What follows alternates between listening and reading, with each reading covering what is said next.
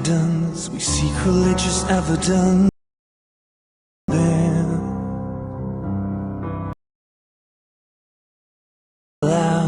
Cannot see the sky for clouds in silence. Impatience evolves. Welcome to New Paradigm Films.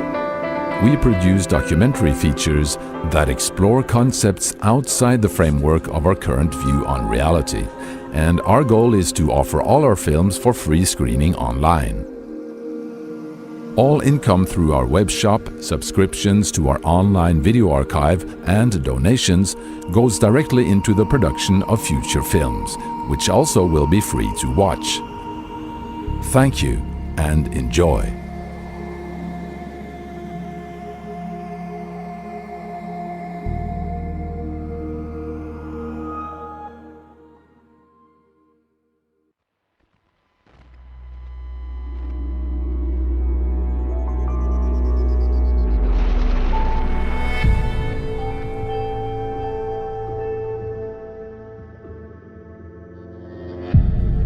What if we were not alone?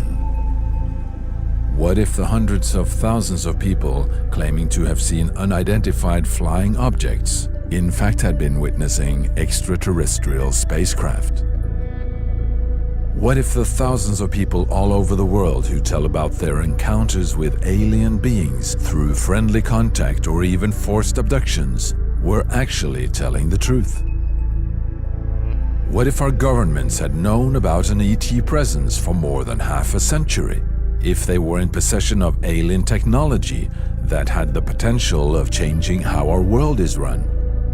And they chose to keep the public in the dark through a secret campaign of suppressed information. What if that campaign acted as a chain around the ankles of humanity, keeping us from rising to a whole new level of consciousness and understanding of ourselves, our planet, and the universe around us? And what if that campaign ended tomorrow?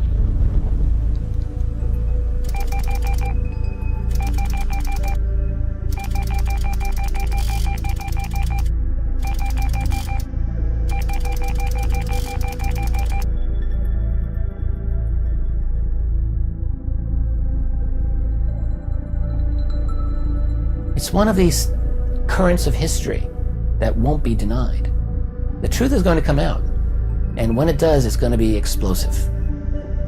So once we get that out, we will go back and completely reassemble the 20th century, rewrite it in a way, and may have to go back and rewrite a significant portion of the entire last 12,000 years. This is the greatest story in human history. And the reason it is the greatest story in human history, it is the greatest story of human history.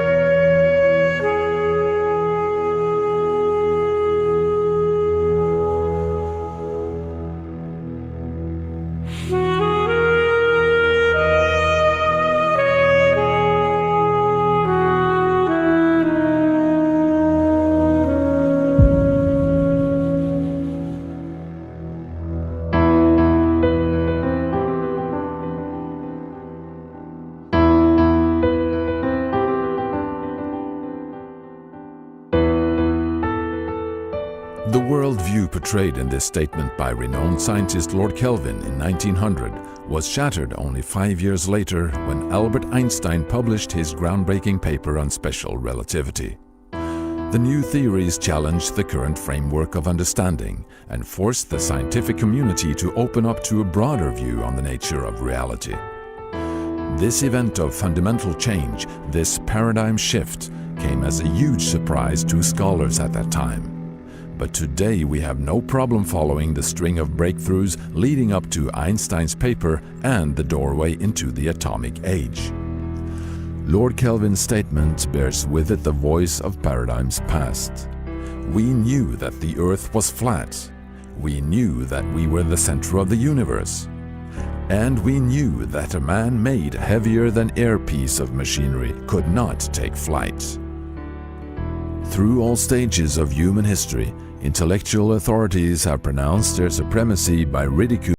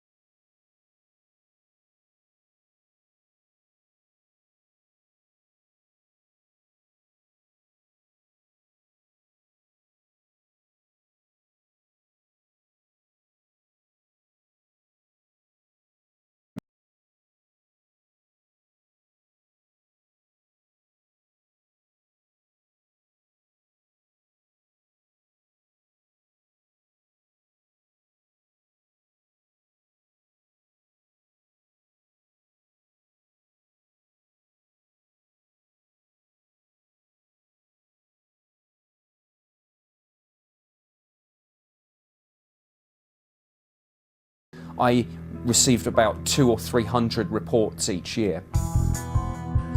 In May 2008, the British government opened its first batch of UFO files for public inspection. The release, made available on the internet, created an immense media and public interest, with over 2 million downloads the first weeks. Other nations had just recently opened their files, and more were to follow. France, Belgium, Ireland, Denmark, Turkey, Brazil, Argentina, Mexico. The most amazing stories were revealed of craft, UFO fleets, landings, and even ET entities being seen, often with multiple eyewitnesses involved. Even if many of the reports could be explained as aircraft, weather balloons, satellites, or planets, or special weather phenomena, still a large portion remained unexplained. It is clear to me, given that these things are seen by police officers, pilots, military personnel, given that they are sometimes tracked on radar, it is clear to me that whatever the UFO phenomenon involves, there are serious defence, national security and air safety issues at stake. The question if we are alone in the universe is as old as man himself, but now this question seems to be more pressing than ever. Today, science has discovered that many of our neighboring stars have similar planet systems. Over 500 planets have been registered so far. Some scientists even claim that our galaxy alone may have billions of planets with Earth-like conditions. So the idea of us humans being the only intelligent life in the universe seems to be losing its grip. Over the years, polls have shown that a rising number of people believe in intelligent life elsewhere. In many countries, far more than 50% of the population. The question of extraterrestrial life was also among the reasons why the SETI project was established back in the 1970s.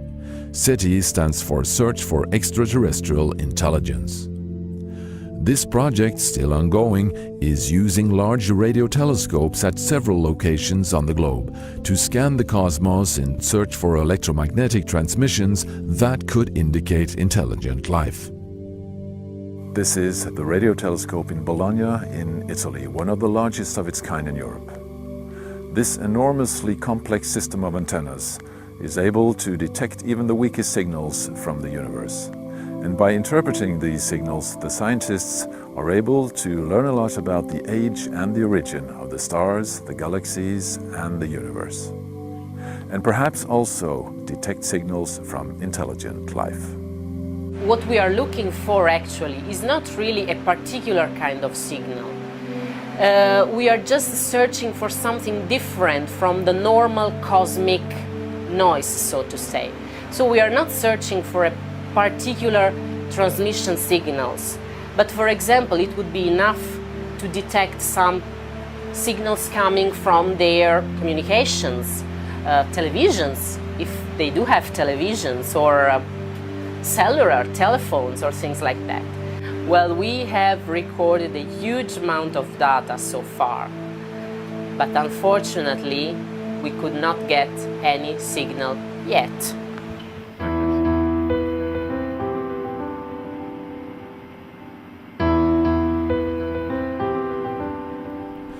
But has the research been done for the right type of signals? While we are looking for answers inside the framework of our old paradigm, civilizations may be several million years ahead of us in technological sophistication, may not transmit our type of radio signals at all. The most commonly used argument against interstellar travel is the fact that even our closest neighboring stars are several light years away. We have to move 20, 30 or maybe 50 light years out to find a substantial number of stars where life may be possible. With such distances and the speed of light as a limit, the thought of being visited from outside has seemed impossible. But new developments in physics have redefined Einstein's relativity theory and opened for a new view on this question. According to hadronic mechanics, there is no problem with space travel and not even with time travel. The equations and the physical models, concepts and relations for explaining this has been clear for more than 10 years in advanced hadronic mechanics. So if there are civilizations thousands or millions of years ahead of us, distances within 100 light years may not be a big obstacle. And is this why mysterious unidentified flying objects have been reported all over the globe through centuries?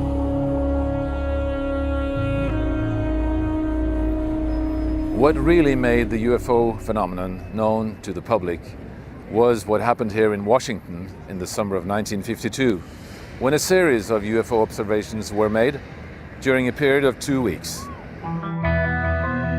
Objects were traced on radar flying 1,000 miles per hour, and they suddenly executed a 90-degree turn and other maneuvers that no aircraft could do even today. Military pilots were launched to chase these objects. They got close enough to them to see they were round balls of light or oval balls of light, but they could not catch them. It forced the Air Force to have a press conference on this. What is going on? And during the press conference, the General Samford, who was in charge of Air Force intelligence, basically argued that as far as he was concerned, it was all natural phenomena and then there wasn't anything to worry about. So the press, being satisfied with that, publicized, it was all weather and temperature inversions and weather phenomena that were causing these sightings, and you could forget all about them. A Navy officer who was working in the in Air Force intelligence told an FBI person that several percent of the sightings could not be explained, and that the top Air Force people, some of them were seriously considering interplanetary ships as the explanation. The pilot Kenneth Arnold had already in 1947 introduced the name flying saucers when he claimed to have come upon a formation of 9 unusual saucer-like objects near Mount Rainier in the state of Washington in June that year. Before this, pilots of World War II bombers had named them Foo Fighters. These smaller discs were frequently seen as rapid lights crossing over German, Japanese, and Allied territories, sometimes right next to the aircraft, as if monitoring their operations. A recent release from the British UFO files show that Prime Minister Winston Churchill was very concerned about the UFO issue and ordered reported sightings to be kept secret for at least 50 years to prevent mass panic. He was also afraid it would shatter people's religious beliefs. On the night of February 24, 1942, only 3 months after the attack on Pearl Harbor, several unidentified objects were picked up on radar over the city of Los Angeles.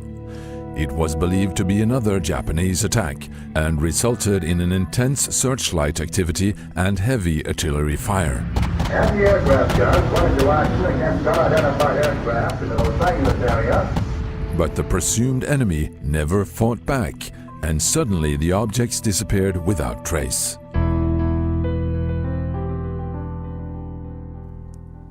During the 50s, flying saucers were reported repeatedly, also by civil and military pilots.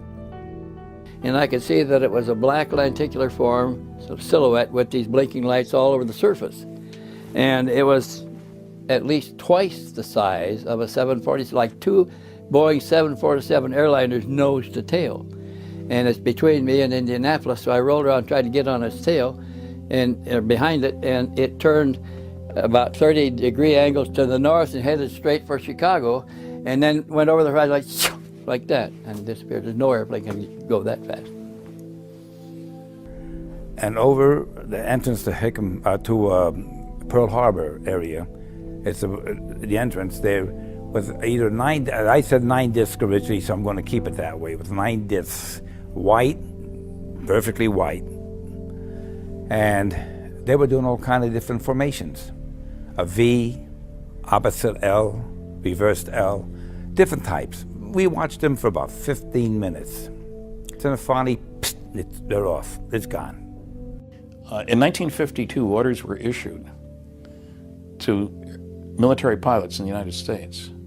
Shoot them down, flying saucers, if they don't land when instructed to do so. They have the newspaper articles proving that. Matter of fact, the head of the American Rocket Society wrote a letter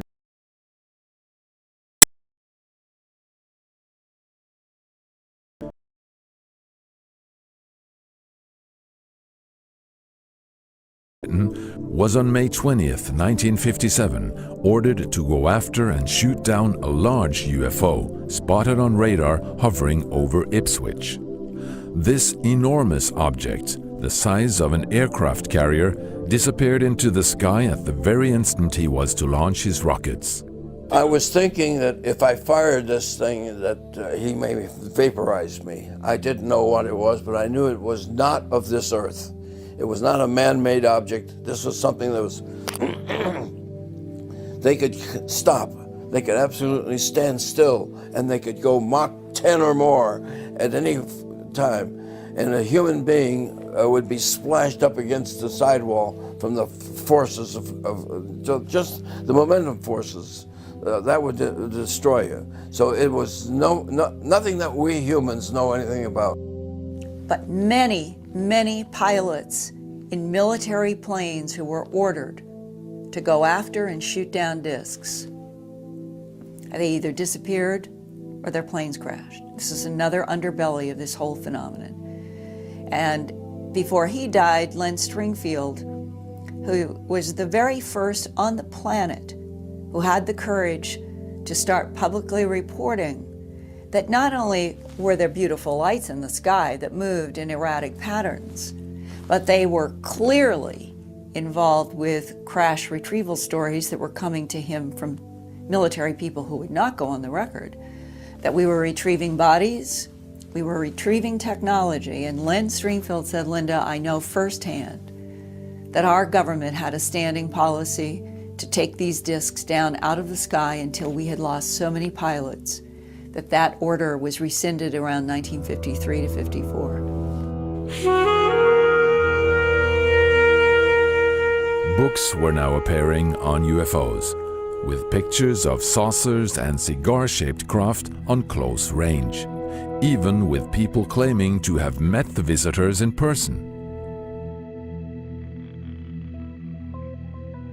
And soon the entertainment industry also joined the saucer wave. This somehow influenced on the image of the UFO issue, giving skeptics further reason for ridicule of the phenomenon. On July 1947, a major incident occurred near Roswell, New Mexico, the place where the US manufactured and stored its newly developed nuclear weapons. A flying saucer is reported to have crashed. The Army Air Forces has announced that a flying disc has been found and is now in the possession of the Army. Army officers say the missile found sometime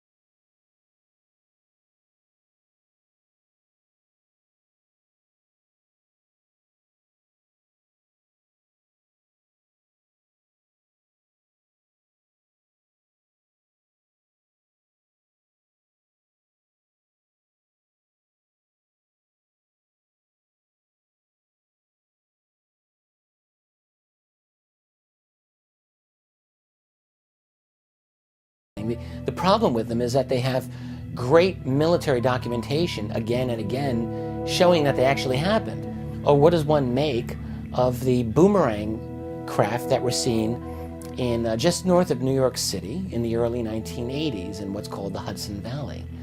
For several years, you have again and again these enormous objects being seen by thousands of witnesses.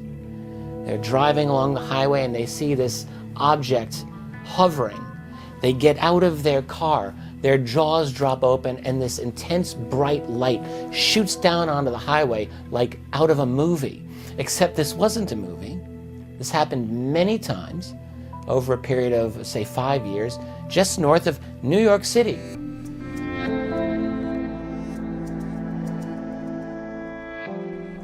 In Great Britain, periods of extensive UFO activity kept the subject warm in the news media. A serving police detective within the UK force in England has over the recent years gathered reports involving over 800 police officers having different UFO encounters. And here is one of the stories. His name was Police Constable Eric Raymond, and he was a police officer in the Thames Valley Police at the time of this particular sighting. And he was in a rural location in 1979, I believe it was, and he was stood talking with two other police officers, two vehicles parked up middle of the countryside, dark, no street lights or anything, it's just a very dark, and they're doing what police officers do at 3 in the morning, have a chat, have a cigarette or whatever. Suddenly in the distance they see bright light blink on for literally a second. It's a long way off, they look, it blinks off, they don't think anything to it. They just carry on talking. 5 minutes later, this happens. And the object appears in front of them at a distance of about 400 meters, at an altitude of just 500 feet, which is very close. And they describe the object as being the size of a football field. And it is shining a beam down the width of a football field across the landscape and slowly scanning the terrain. They think about going on the police radio and think, nobody's going to believe this. So they don't want the ridicule factor. So they watch for 5 minutes in all. The object is moving in total silence, and they say there are smaller objects flying silently around the larger silent object. And after 5 minutes, it goes. It doesn't go up, doesn't go left, doesn't go right, it disappears like a light bulb. The 70s brought an amazing number of UFO reports from the British Isles, but nothing could compare to what was to unfold in late December 1980 at a NATO base in Suffolk, east of London. The Rendlesham Forest incident is Britain's most famous and compelling UFO encounter. The file on the incident was made public a number of years ago under the Freedom of Information Act, and so the case file's in the public domain, but the bottom line is the case has never been explained. Peter Robbins spent 9 years doing intensive research for his book, giving a first-hand account of the case. His co-author, Larry Warren, was airman at the base at the time and one of the key eyewitnesses to the event. It occurred between Christmas and New Year's on 3 consecutive nights, 1980, and it involved overflights above this twin NATO base complex in Suffolk, about 80 miles from London, landings, the shooting down of beams of light into the weapons storage area, which was a nuclear weapons storage area, very much in violation of our treaty with Great Britain at the time. And on the final night of the 3 nights, there was the biggest incident. In this, my co-author, dozens of other American Air Force personnel were taken and brought out to a field near their sister base, RAF Woodbridge, where they saw the appearance of a machine of undetermined origin. At that place, an object appeared on the ground in the place of a mist. I saw this happen. A red light moved in, exploded. It caused retina and eye damage to a lot of us peripheral people. A structured object was in its place on the ground, though you couldn't look directly at it. You'd have to look at it with your peripheral vision to get the shape. Entities were seen. How many? 3. Looking very translucent, not your what they call gray, all that sort of thing. It was almost ghost-like. Very much animated, self-animated though. That whole event was filmed. Did they walk out of the craft? They didn't. Did they Well, just no. appear? They What were craft? floating about a foot above the ground in a very bright light. The lower extremities were very hard to see. They were a foot off the ground. They were about 4 feet tall. They had that same large cranial structure, the giant black sweeping eyes, almost no nose, a hint of a mouth. And they were each dressed in a suit, very tight-fitting. And they were slightly translucent, and they were floating. So they got in about 5 feet from the thing. They were right there. And the beings were no further away than like 20 feet or so from Larry. So this was all happening in extremely close proximity, very close up. Larry and other men there observed, besides the dozens of American enlisted Air Force personnel, many of them like Larry with secret clearances because they worked around nuclear weapons. But there were British police officers on location. They were from the nearby village of Woodbridge.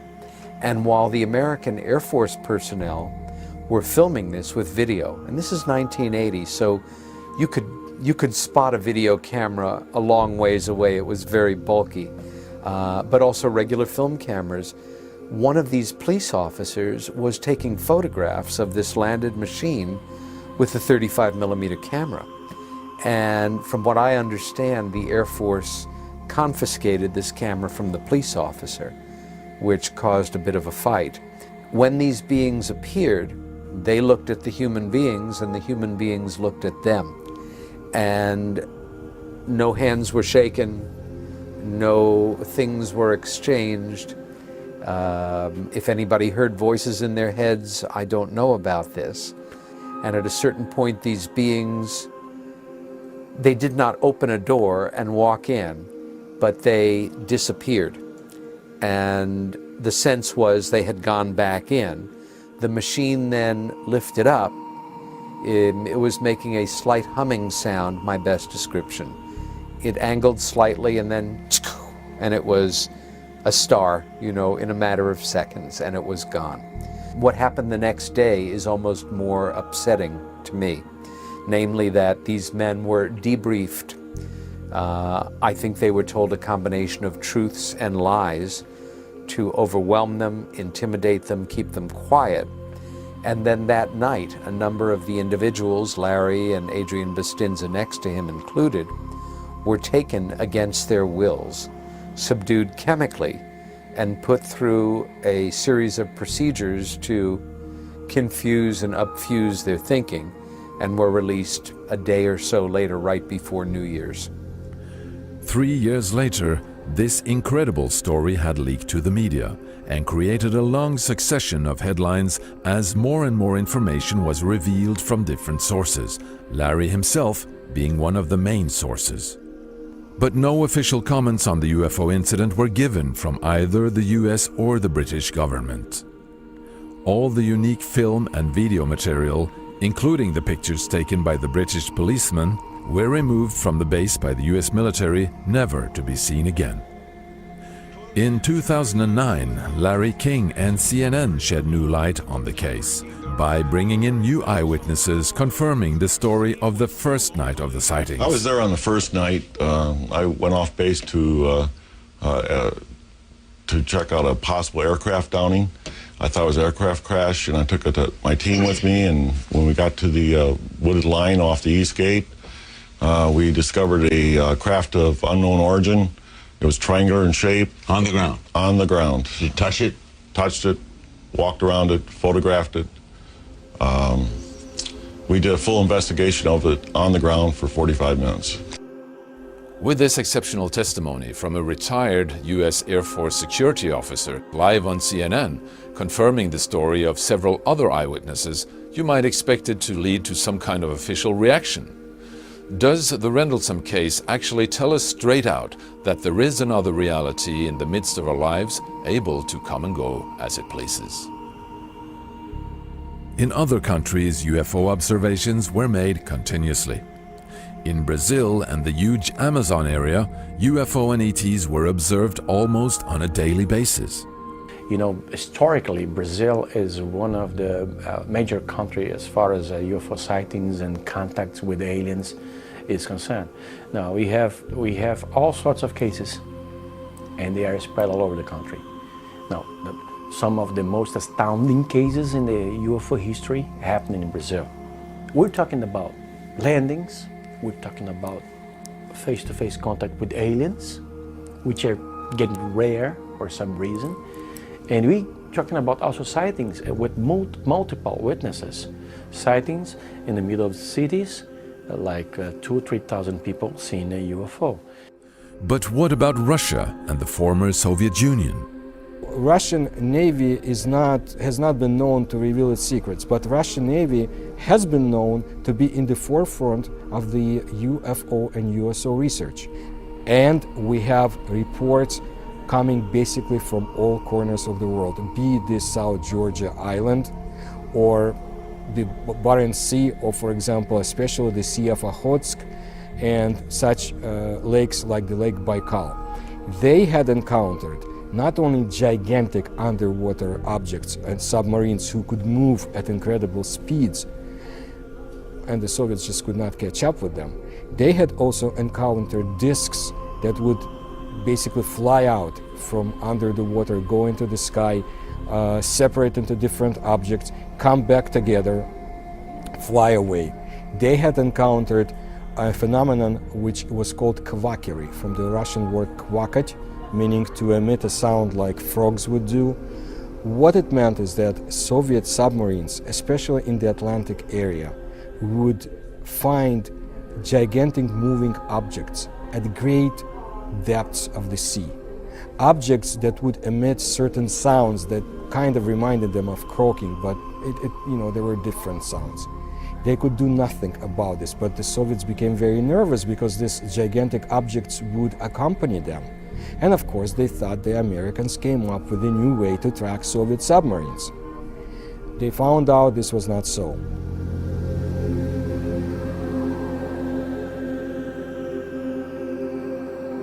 In 2008, we received over 867 sighting reports from 37 different cities in Turkey. And out of those, 35% of them were documented. And 20%, 15 to 20% of them were unidentified. In Turkey, one of the most amazing recent cases is from the town Comburgos, an hour away from Istanbul, where a security guard captured astonishing UFO footage over a 3-month period in 2007. The film clearly shows the outline and the structure of the object, and also what seems to be the silhouette of 2 beings inside. The film has been thoroughly checked by a governmental scientific institution. In the official report, it says clearly that this is not a hoax at all. This is not a computer animated hoax or a model or anything like that. There is a physical object in the picture, in the footages, that we could not identify. They categorize them as unidentified flying objects. Astonishing video has also been released from Mexico. Military gun camera shots of traveling UFOs hit the news in 2004. And even more astonishing, fleets of UFOs were seen and filmed over several cities.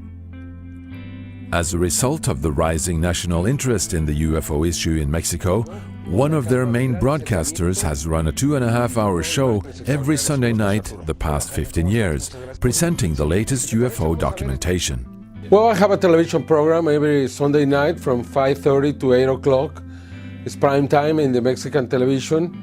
And we present the news around this phenomenon. It means the most recent videos, the most recent photographs, the most recent cases, the investigation behind that, the actuality many people in the media and even the public have been brainwashed by the scientists who don't want to investigate this. But there is enough evidence, scientifically proved, based, that can be investigated and presented to the scientists, and they have to accept and agree that this phenomenon is real. There is no question in my mind. I'm a journalist. I've been a journalist for almost 40 years. And I know, because I've seen them, because I've seen creatures, and because I know it's true.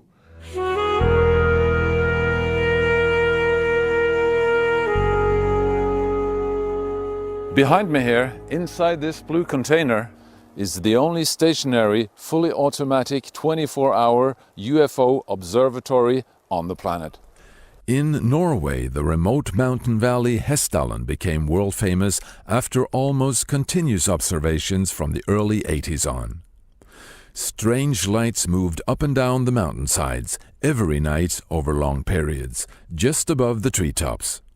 In contrast to many other countries, scientists arrived and established a permanent UFO observatory. The light phenomena here in Hessdalen in Norway started in late 81, with a lot of sightings. At the most it was 20 sightings a week.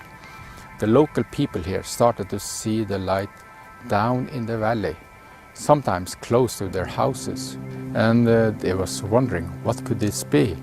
And some was a little bit afraid too, because no one could give them any answer. What could it be? Radar and cameras were soon to pick up astonishing pictures of the unexplained light phenomena. This picture is taken with 1/60th of a second exposure. The phenomena behaves very different. Some is moving very slowly, and some lights can move very fast. The fastest speed we have ever measured was 30,000 kilometers an hour. But the local residents claim to have seen more than just lights. I februar-mars. Og så når jeg kom opp av hesteslia da, så var det noe mørkt. Men når jeg kom mest opp på toppen, opp på kjølen der som vi sier, der ble det opplyst rundt meg. Det ble opplyst om dagen. Så kom det noe og for over bil. Det var som en opplyst herrehatt. Gammeldags slik stor herrehatt med brem på det. Som for over bil og fremover. The observatory shoots pictures automatically every minute and puts them on the internet. Many amazing shots have been captured. After an automatic video recording system was put up, 1 year of waiting passed before the Hessdalen phenomenon is caught on camera.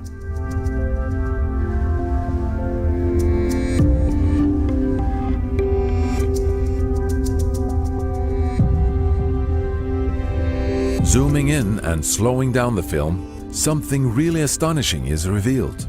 A smaller second light seems to appear from underneath, joining the main light. Is something collected by the light? Landings were also reported, and even solid proof was found of Earth samples being taken in the midst of nowhere.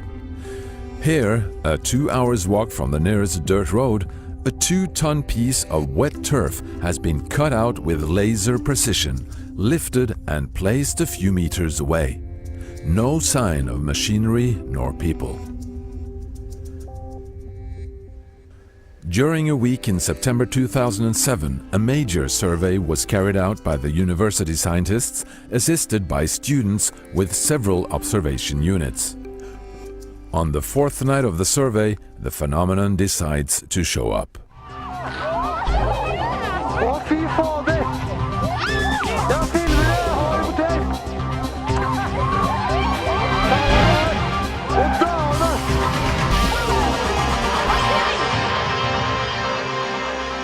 Then we had a big light that started out and moved very quickly north and south and gave us this very, very impressive picture, which possibly is the best picture ever taken of the Hessdalen phenomenon. The exposure time was 30 seconds. So we see that the Hessdalen phenomena moves from starts up here and moves down and then goes up again here. The distance here, it's approximately maybe from 10 to 15 kilometers, the distance it has covered. And the camera has an optical grating in front of the lens, and this grating make this optical spectrum here. The one thing that is that surprises us with this spectrum is that it's continuous. The colors goes directly over in the other color here, and we see no lines or dots here, which will give us a signal of that we have a gas that is burning. This looks like an optical spectrum from a solid object or from plasma with high density. So it's still too early to say for certain what the origin of these lights is and what these flying objects really are. But one thing we can state as a fact, the phenomenon is here and it's real.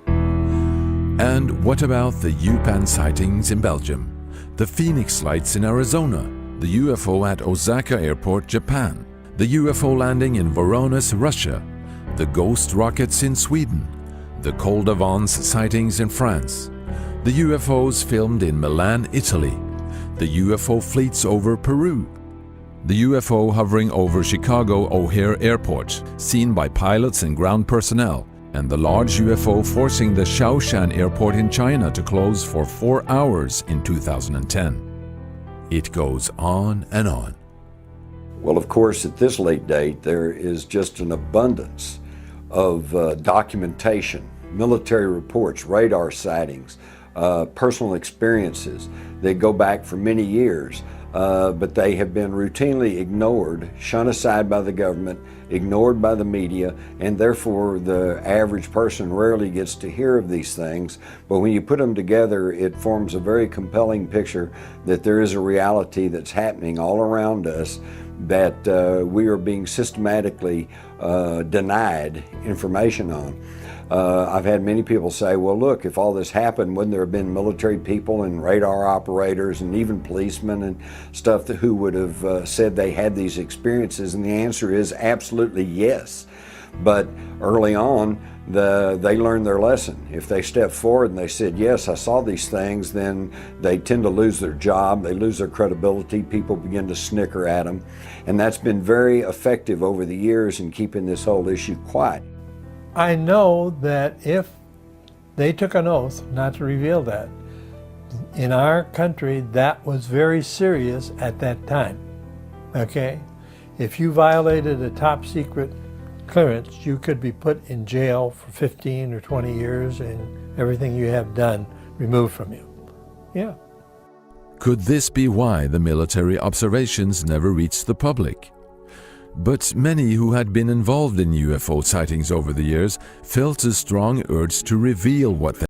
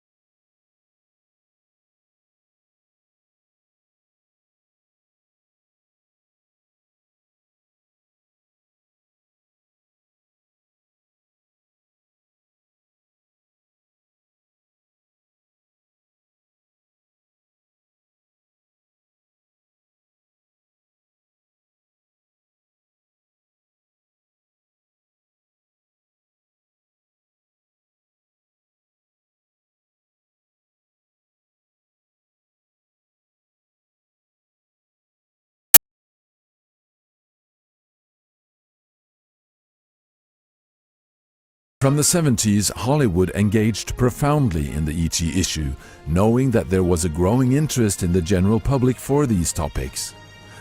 The popular movies also had the effect of making people more familiar with the thought of a widely inhabited universe beyond our own planet system.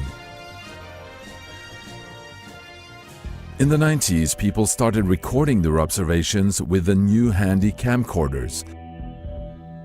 Today, thousands of UFO clips are posted on YouTube. But unfortunately, with the sophisticated animation tools now available on home PCs, it's almost impossible to tell the real from the fake. So this has made both video and digital stills documentation less reliable as evidence or proof of sightings. But in spite of this growing interest in the subject, the main news media have left the UFO phenomenon almost untouched. In terms of mainstream news coverage, this topic is not taken seriously. It's basically a non-topic. So how is that so? Here's how. It requires an understanding of the relationship between most of the mainstream news media and global intelligence communities. So what that says, that doesn't mean that the CIA controlled everything, but that you have to understand the media acts in certain choke points. So for example, a UFO sighting might get local news coverage, but that doesn't mean that it gets covered on the wire services. That's a very different situation altogether. And skeptics will argue, well, this phenomenon is so big it would have been covered, but really what that betrays is a lack of understanding of how news media has been related to intelligence communities around the world for decades.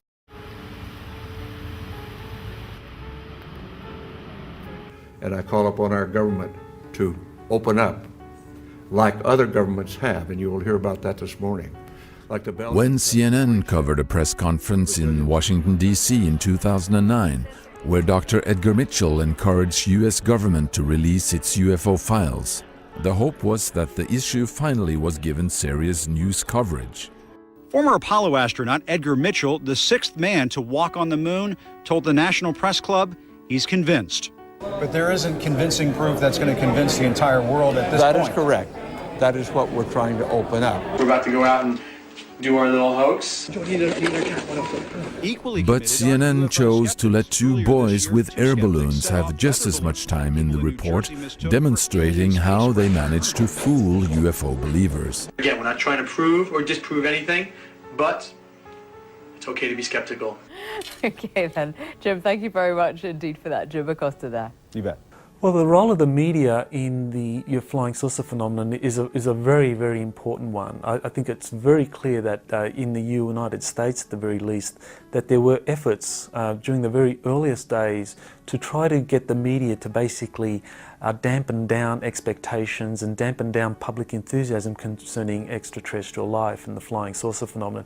And this is actually documented. And ever since that, we have seen many, many examples of how the media doesn't really explore or doesn't really investigate flying saucer reports, and that various media organs have been bought out by the CIA. For example, the National Enquirer was actually bought out by a CIA asset who used it as a very clever way to debunk flying saucer reports by basically sensationalizing it, making it part of the kind of tabloid media, whereby serious media investigators would not do any research into a flying saucer report that had been in any way covered by the National Enquirer or these tabloids. So that was a very clever piece of psychological warfare, in my opinion, to try and get the mass media disinterested in the flying saucer phenomenon. So it's a very, very complex issue, and the secrecy isn't that hard to maintain if you have this sort of infiltration into major institutions, media, and also the ability simply to float nonsense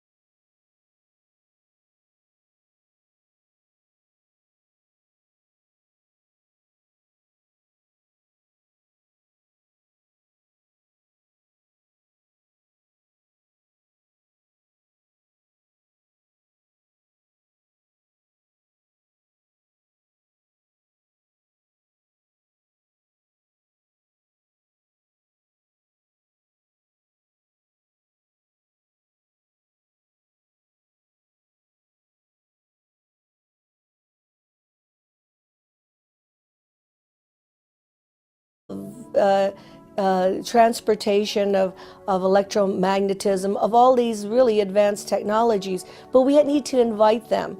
I think too many are afraid of ridicule. Too many, I have encountered many that are curious but are not willing to go public.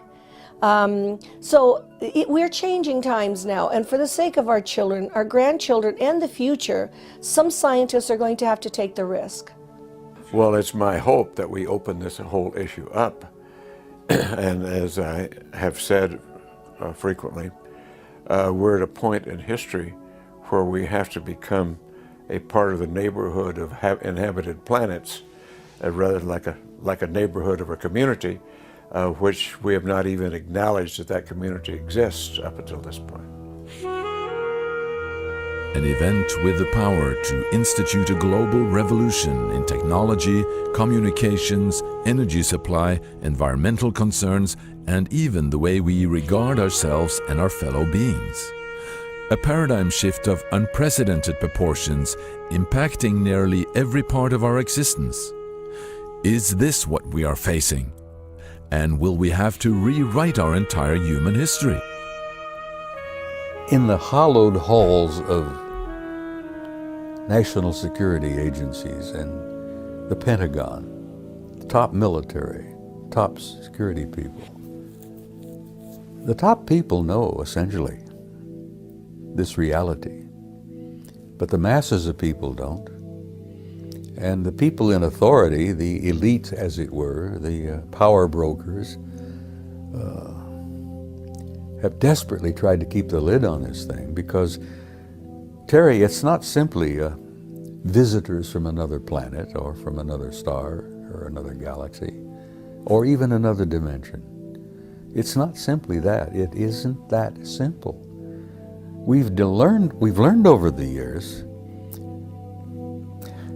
that several of these intelligences have been involved with us from the beginning of human history, and the evidence has been collected that the human race literally is a hybrid race, and that some of these advanced intelligences, from wherever they're from, have been involved in genetically manipulating us as a species from the beginning of our history. Man is a hybrid. From a lower order, we've been genetically manipulated by advanced intelligences into what we are. Now that in itself is dynamite, for God's sake. Have alien visitors thousands of years ago been involved in the creation of the human DNA? Is that why we have never found the missing link? In 1930, in an ancient mine tunnel in Mexico, a strange skull was found which is different from anything seen before. This 900-year-old cranium, which has been named the Star Child skull, differs from humans and all other primates in several extraordinary ways. The bone structure is only about 1/3 as thick, and the weight is less than half as much as human bone. Still, it's more than twice as durable as a human skull and has a never-before-seen web of interwoven fibers acting as reinforcement. The head of the Star Child Research Project, Lloyd Pye, has, through research at several scientific institutions, been able to conclude that it's not a misshapen human skull. So by the end of '99, I had convinced myself that it wasn't a human deformity, and I had stacked up all these physiological differences. But none of those physiological differences, either individually or all together, meant anything to science. In 2010, DNA tests were conducted in one of the leading laboratories in the United States. The results were compared to hundreds of thousands of different species through the enormous DNA database of the United States National Institute of Health, NIH. So when they sent the Star Child's results into the NIH database, some of it came back without any doubt as part human. I mean, as human DNA. They could tell you where it sat on what chromosome. It's very precise. And several dozen of those came back, so it was just no doubt that part of the Star Child is human, no doubt. But to their great surprise, and everybody's surprise, part of them, another percentage came back not found in the database, meaning not found on Earth. So that is a very strong indication that the Father's contribution is not from Earth. It's not human, it's alien. The fact that the star shell clearly contains human DNA, while at the same time having a radically different genome altogether, is a strong indication of advanced genetic engineering. So what the star child does is it opens up for debate, serious debate, that argument that we too are genetically engineered. If it was genetically engineered 900 years ago, and we can prove that, then it's not a real big step to consider that human beings were created 200,000 years ago by genetic engineering, as the Sumerians say in their tablets, written 5,000 years ago. Can this Mexican skull actually confirm the reality of genetic engineering in our ancient past? With the results of the DNA testing, this relic is now considered an archaeological sensation, even though the scientific establishment refuses to acknowledge it. I am convinced, based on years of research, that we right now collectively, the mass of us, are as ignorant in our understanding of reality as were the people 300 years ago who believed that the earth was flat and that it was the center of the universe. The idea that the human race perhaps has a past and an origin very different from what science proclaims today brings us to possibly the most bizarre aspect of the UFO phenomenon, the so-called alien abductions. It first came to public awareness in the early 1970s, when stories began to surface of people being taken on board alien craft after being rendered passive. Incredible stories were revealed, and the remarkable similarities between the stories is what has triggered the interest of researchers. My colleagues and I have heard directly from thousands and thousands and tens of thousands of people over the last 20 years about their abduction experiences. And so we know that this is a very, very, very prevalent phenomenon throughout, probably throughout the world.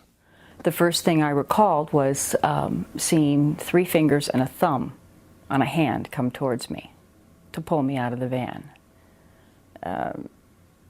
I was more than a little frightened. I was quite traumatized by it. I was very awake, sitting up, and had no reference for this. I was removed from the van. My friend remained asleep beside me. And as I stood at the end of the van, there was a being that I could not look at, a very tall, what felt very large and very tall being standing in front of me, but I was not able to raise my head to look up. On each side of me, there was what I've since come to understand is referred to as grays, one on each side of me. My hands were hanging down at my sides, and they were, without touching me, with their hands underneath me, they were levitating me somehow off the ground, about 5 or 6 inches. I was fairly paralyzed, not able to look around. I could look down and see one at each side of me, and we began to move forward. They go through a period where they kind of calm down, they're put on a table, and certain examinations take place, certain procedures. Very often there are areas of skin removed, leaving a little circular scar in depth, what you call scoop marks. We don't know what they do with this flesh, but it's taken. And there are often reproductive procedures which involve, with men, sperm samples being taken, and with women, needles which go in the abdomen or in the vagina, but we believe this has to do with harvesting ova. Fetuses are implanted, little tiny embryos. Fetuses are removed. This is standard material. This is standard stuff. They're taken off the table, they're taken into another room. They might see a bunch of babies in the other room. They have to hold the baby. Women have to feed the baby sometimes. They might be taken into a room where they see, well, let me just say that the babies that they see are strange-looking babies. They look sort of like half human, half alien. Sometimes they look more human, actually, but still odd. They're taken into a room where they see toddlers sometimes, kids who are maybe 2, 3, 4 years old, who are playing with some toys. They play with the children, play with the toys. The toys are unusual toys. They have these neurological staring procedures with the children who will look into their eyes very closely. They might have other procedures where they'll see a room filled with vats, jars, I should say, containers, clear glass or clear plastic or whatever, containers with fetuses in them in different stages of development. They will have all sorts of other procedures that happen to them. They're then taken back to their normal environment, put back where they were on the couch watching the television or whatever, and they forget immediately what happened to them. All they know is that they were watching one television show, and not only is that show over, but the next 2 shows are over with as well, and they're still sitting there, and maybe they put the can of beer in their hand, they still have the can of beer in their hand, and they figure, what happened? And then they just forget it. Can't explain it, and they just move on. One person described a drawing of the table. She didn't put anybody on the table, but she described the aliens around the table. The regular little aliens were about her size. She was, I don't know, she was maybe 8 or something. But there was this one tall one. And that's usually the one who's sort of the one in charge. Drawings of abductors have been made by many abductees, where the large eyes and the small cheek seems to be typical characteristics for the so-called gray alien, named after the skin tone. See, one of the interesting things about this is that all the evidence we get confirms the reality of this over and over again. It doesn't disconfirm it. The so-called hybrids, allegedly a blend of human beings and gray aliens, is today reported in a majority of the cases investigated. Alien eyes, but with what seems to be a little girl. It was the alien, the hybrid child. A hybrid child. Yeah. And what's interesting, again, the eyes are very peculiar. Yeah. The hair was not combed or brushed, and didn't really cover the head properly. Okay. And she's one of the mothers. So what it seemed to be was that there was a program where people were picked up again and again and again as if they had been studied, they were being studied over their lifetimes. And they were sort of automatically part of a program which was genetic in function. And it seems that we discovered that if a person was having abduction experiences and had children of his or her own, normal human children, that often those children would also in turn become abductees, as if the aliens were studying a particular bloodline for perhaps psychological reasons, emotional reasons. We don't know exactly why, but they seem very interested in the way the minds worked of these people. The emotions, they don't seem to have the emotions that we have. And it was as if they wanted to kind of learn our range of emotions somehow. It seems as if in a strange way we're teaching them without being asked to. It's involuntary teaching, but we're being examples as if they want the richness of the human spirit and the human emotional life to be somehow blended with their own incredible technological gifts. I really understood that they covet and envy the emotional makeup of humanity. They can't find it in their testing. They're trying to find it like we do like on this planet, animal behaviorists, as they study animals, will watch how they react in a maze. They're doing the same thing to us, trying to find out what it is that motivates us. What motivates motherly love? What is this intangible thing? They can't find it, and they want it. They're frightened of it, and that's why they subdue us, because they realize that it's a volatile thing, and it's unpredictable on one hand, but on the other hand, I believe they covet it. In this particular experience, that came out. And I began to try to define, and I said, I got it, you want what we have. This is what's got the species fascinated with us, why we are so incredibly different. And in this instance, I realized that we may be on the forefront of something that some of the other species are not. So what if emotions are actually part of the highest evolution possible? And perhaps we as humans are at the forefront of this, and we're clumsy with it. We don't know what to do with it in our evolution. But instead of being behind these other species who have none or almost no development, maybe we're at the head of the game. Why would so many species be interested in Earth? Why would so many species be interested in humanity in this way? Why? If we are one of a billion planets or a million, whatever planets that could be sustaining life, why this little tiny little nothing planet? Why would we have this kind of activity if there wasn't something special here? I believe that may be it.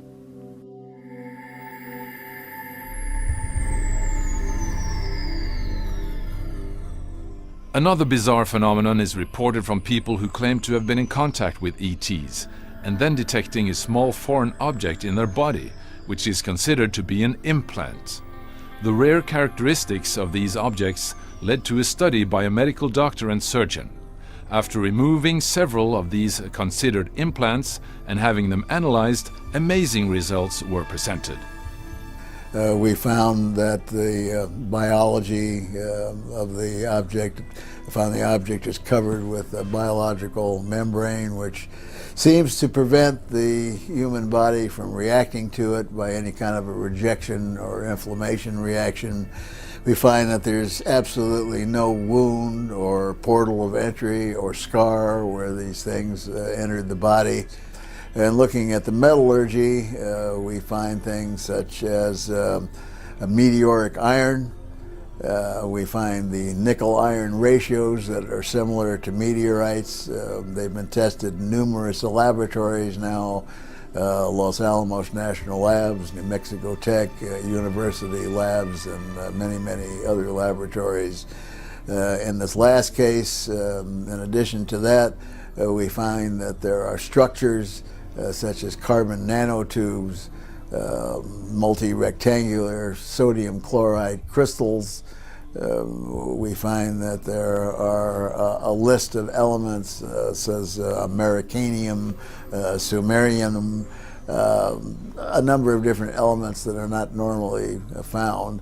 We also find things like numerous isotopic ratios, which indicate the material does not come from here. And in addition to this, as an example, we find that in existence by itself in this last object is uranium-238, which on the Earth cannot exist by itself.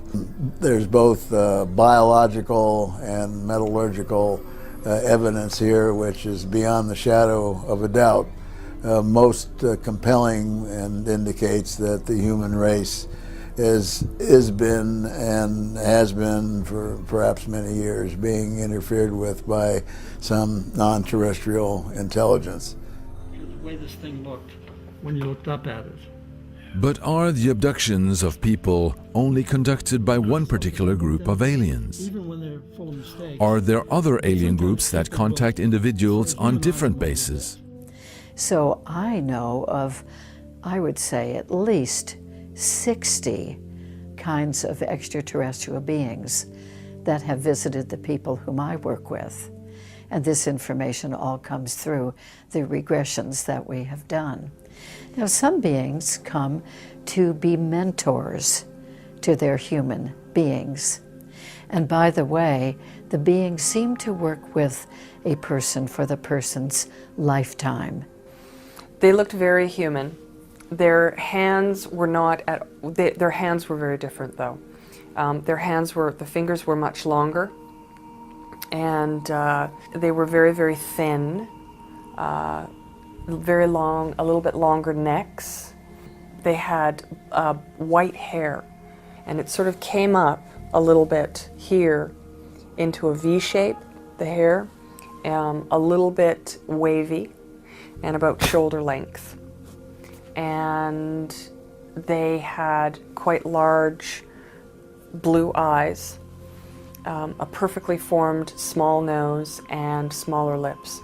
When I was on board the craft, they gave me, these blonde beings gave me information that is relevant to our time on this earth right now.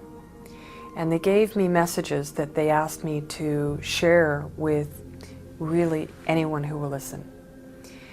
They're very specific for the humanity and how we have a choice, that the process in which we are evolving, if we continue on the path that we're on, that it will be just no choice, it will become destructive.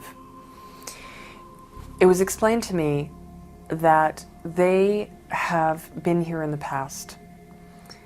They have said, we have come in the past to help in the process of change on the earth, and we are here once again. They have been here since the beginning of the creation of man, and that they are here to only assist in maintaining this earth, protecting it from any and all things that may harm it, and that includes us. So if nuclear war were to try and be brought upon the earth, it will not happen. They will stop it, because it would be the destruction of the earth. So this is the only time that they will step in on a grand scale, is if great destruction were to happen to the earth itself, or to every human being on the planet. Are we part of a silent universal interaction that has been going on for eons? Could there be something in the human genes that carries the echoes of alien ancestors? Is this why we seemingly are being monitored like children in a playground? Is this why the UFO activity escalated after the first atomic bomb? Do we as a species represent a value beyond our wildest imagination? And when are we ready to be informed? The disclosure is going to happen very soon. Now, there are very potential positive implications of that, and then there also is a dark downside to that if it's not handled with wisdom. One concern I have is that there must be great discernment exercised, not just by the leadership of our governments, but also among the population in general, when suddenly our society is confronted with the fact that there are advanced cultures here and what the implications are for our interaction. And even if those who suddenly appear in our midst have only benevolent intentions and truly want only to uplift humanity and assist us at this very crucial time in our planet's history, there will be the temptation for those who are already in the material seats of power in human institutions on this planet, who will likely try to distort this opportunity to enhance and entrench their own control and material power. And all that is, it's a continued extension of the same ego disease of the separation mentality that has plagued humanity, ever since we learned how to say hello to each other. So we have to call for great discernment. And that means that people need to become educated. We need to understand that our source is the same. Erwin Schrödinger, who was the father of quantum mechanics and particle wave theory, stated 100 years ago or so that the total number of minds in the universe is one. And in fact, the consciousness is a singularity, phasing within all beings. And this is also the heart of compassion of the Buddha and the source of the oneness spoken of in spirit in all the religious traditions and Native American traditions. And I think that we are going to have to return to a very deep spiritual understanding of what it means to be a conscious being, to be able to not only live on this planet peacefully and not blow each other up over sectarian differences, but also to go into space. Because when you look into the eyes of an extraterrestrial life form, they may be very different from us in many ways, but if you see that that being is conscious, and the light of that conscious spirit is the same as the conscious light within yourself, then you can find some common basis. And so if we understand the single source of the origins of our conscious being, this is true not only for humans, but it's also true, very much true, for these visitors. They understand that, because you cannot travel at multiples of the speed of light without crossing the light barrier. And when you do, you enter into this area that the mystics used to call the etheric, astral, conscious realm. And so you're dealing with civilizations who understand that. And I think that is the big test of our civilization at this time, is that we understand that deeply enough that it really does change our paradigm. And when we do, we're not going to be blowing each other up because of different interpretations of this Bible or this Quran or this religious figure or what have you. That we're going to understand that we really are all one people in the entire cosmos. That universal consciousness and universal understanding, to me, is the thing that will truly transform life on this planet and is the next big leap in human development.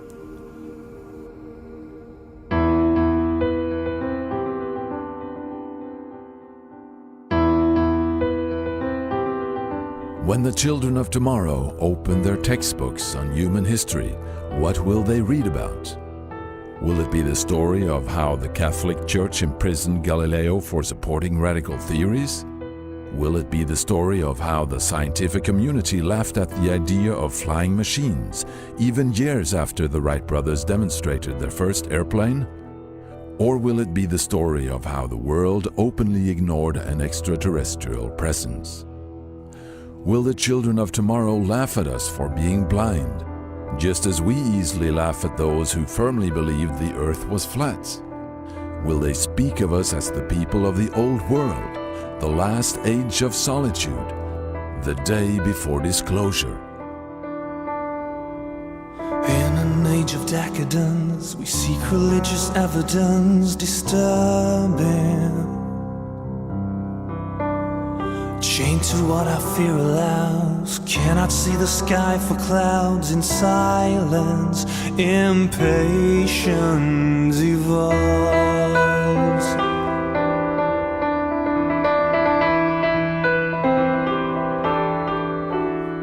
Our most important point in time, but the comfort of this paradigm concerns me.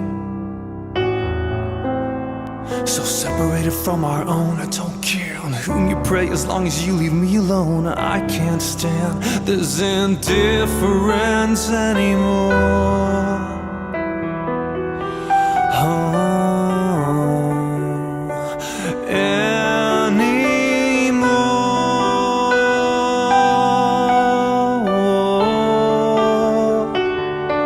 I'm standing where the storm crashes in from its home across the sea, in the rain, praying for the eclipse of you and me. But the nations are blind to these visions of mine. So I'll wait till the stars, I'll have to wait till the stars, I'll wait till the stars realign.